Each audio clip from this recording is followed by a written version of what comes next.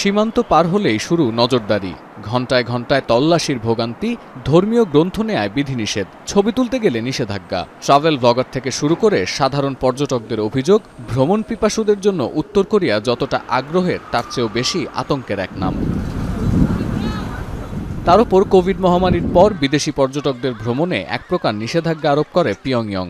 সবশেষ ২০২৪ সালে উত্তর কোরিয়া ভ্রমণ করেন ৮০০ রুশ পর্যটক। তবে ২০২২ সাল থেকে দেশটি ধীরে ধীরে নিষেধাজ্ঞা শিথিল করে এবং সীমান্ত খুলে দিতে শুরু করে। কিন্তু আন্তর্জাতিক গণমাধ্যমের দাবি, গেল ৫ বছরে রাশিয়ার এই দলটি ছাড়া কোনো ভিনদেশি পর্যটক দলকে দেশে প্রবেশ করতে দেয়নি উত্তর কোরীয় প্রশাসন।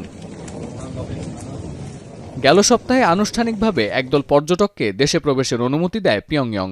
২০ থেকে ২৪ ফেব্রুয়ারি পর্যন্ত কোরিয়ার সীমান্তবর্তী শহর রাসনে ৫ দিনের একটি সফরের আয়োজন করে বেইজিং ভিত্তিক ট্রাভেল কোম্পানি কোরিও ট্যুরস, যেখানে অংশ নিয়েছেন ১৩ জন বিদেশি পর্যটক।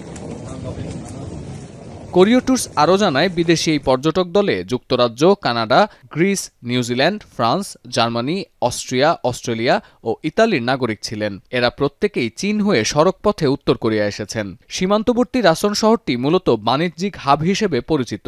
১৩ জনের ওই দলটিকে রাসনের বড় বড় শিল্প কারখানা, সুপার শপ ও স্কুল কলেজ ঘুরিয়ে দেখায় কোরিও ট্যুরস। দেখানো হয় সর্বোচ্চ নেতা কিম জং উনের বাবা ও দাদার ভাস্কর্য।